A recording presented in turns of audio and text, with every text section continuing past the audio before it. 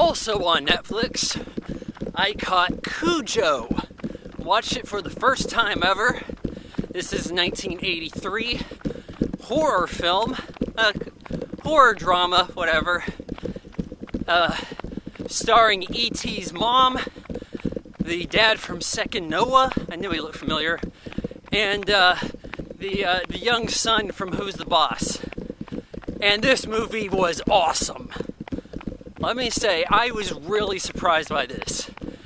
For a long time, I'd been hearing the wrong synopsis. Oh, the family pet gets rabies. Well, that seems like that could have been a movie, sure. Well, this is based on a book by Stephen King that I haven't read, of course. And I've heard from some people that the book is not quite as good as the movie. Focuses a little too much on people's vacations. But anyways, we start the movie out. There's this rabbit. It's being chased by the St. Bernard. St. Bernard tries to catch it. It sneaks in this hole. And these bats bite the St. Bernard, seemingly giving it rabies. So Cujo, the St. Bernard, changes over the film. We have E.T.'s mom and the Second Noah guy and Who's the Boss kid. They're a family with some issues.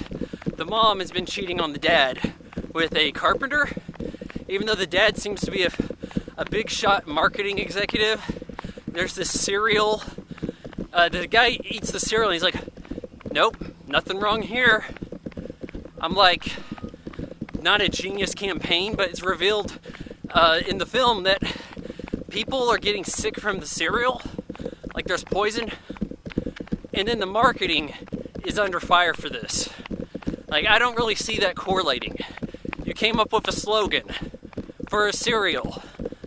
The slogan is not causing a sickness. The cereal is. You know, why don't we put the right people's jobs on the line? Anyways, the dad finds out of the affair.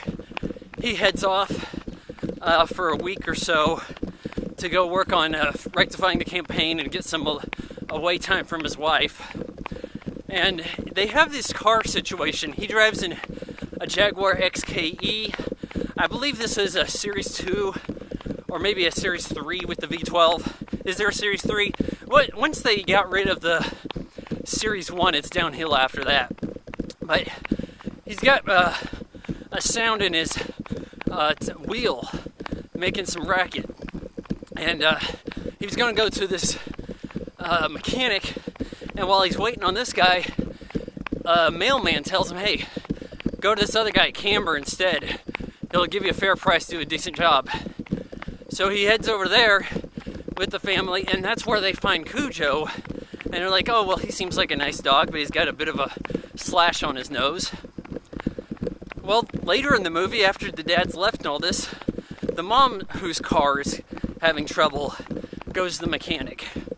And while she's up there, she gets stranded, and Cujo shows up. Now, Cujo had just killed 2 people.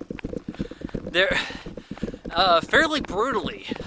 Like, this is not a kind of fight you would see again today, because it looked realistic. It looked like there were actual St. Bernard involved in this. You know, one of the guys killed is Camber, the mechanic. His wife had just won the lottery. She gave him like a new hoist for lifting up engines. And she said, I want you to do me a favor. Let me go on vacation and go see my sister. Keep an eye on this. She, while packing, puts in photographs. Who packs photographs for a little vacation to go see her sister? This is a gal running away. When E.T.'s mom, D. Wallace Stone, met her earlier in the film, there's this kind of dramatic reveal to her. Like, who's this solemn woman I'm looking at? This is a woman who's probably been abused. And it's putting in through the subtext. Cleverly. So she's out of town with the son. Cujo has killed the father and the dad's friend. And at this point, we have, E.T.'s mom, Who's the Boss kid. They're in the car, and Cujo is attacking the car for like the next 30 minutes. And it's pretty brutal. This is a clunker, a Chevy. And, no wait, I think it's a Ford Pinto. My bad. Both of them, who cares? So, Cujo's going at this car, and the windows are getting messed up. It's eventually throwing itself into the car. Doors are being broken off. They're, E.T.'s mom's trying to get away. The kid is scared as all hell, and she's like yelling at the kid to shut up. Like, she does a really believable, great job here. And, she's getting bit by the dog some.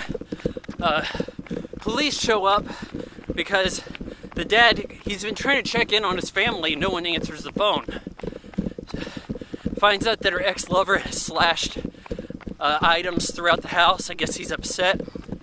He admitted to that, but everybody else seems to believe that he didn't do anything to the family. And they're like, well, where could they be?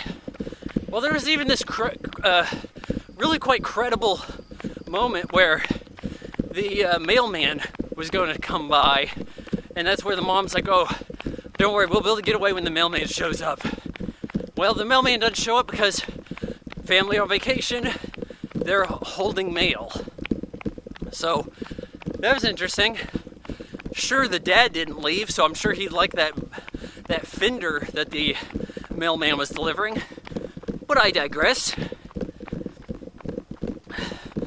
So, stranded, kid choking a lot, having a tough time breathing. Maybe he's got asthma. Kind of magically, only in the final act does he get asthma. And very quite hungry and hot from sitting in the car out in the sun for a couple days.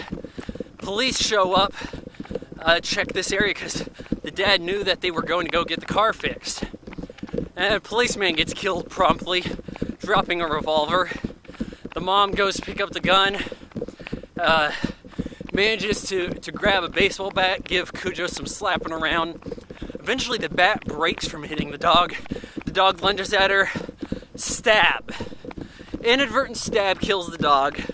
She picks up the revolver and uses it to break open the rear hatch window of the Pinto, drag her son out into the house, get him some water, but nope, Cujo's still alive. Cujo comes running in, and she picks up the gun in slow motion, and we hear the gun go off. This scene was awesome! Holy shit! This is 1983, and this scene must have been mimicked 1,000 times, and I didn't even realize it. Then we have the dad show up, and he's pretty much just there to be like, hey, I'm here too, and they almost hug. The film goes to... They almost hug, and the film goes to... How did I just forget the word? I use these all the time. Still frame. God, there's a better word for it than that. Freeze frame. So the movie goes to freeze frame, and we roll credits.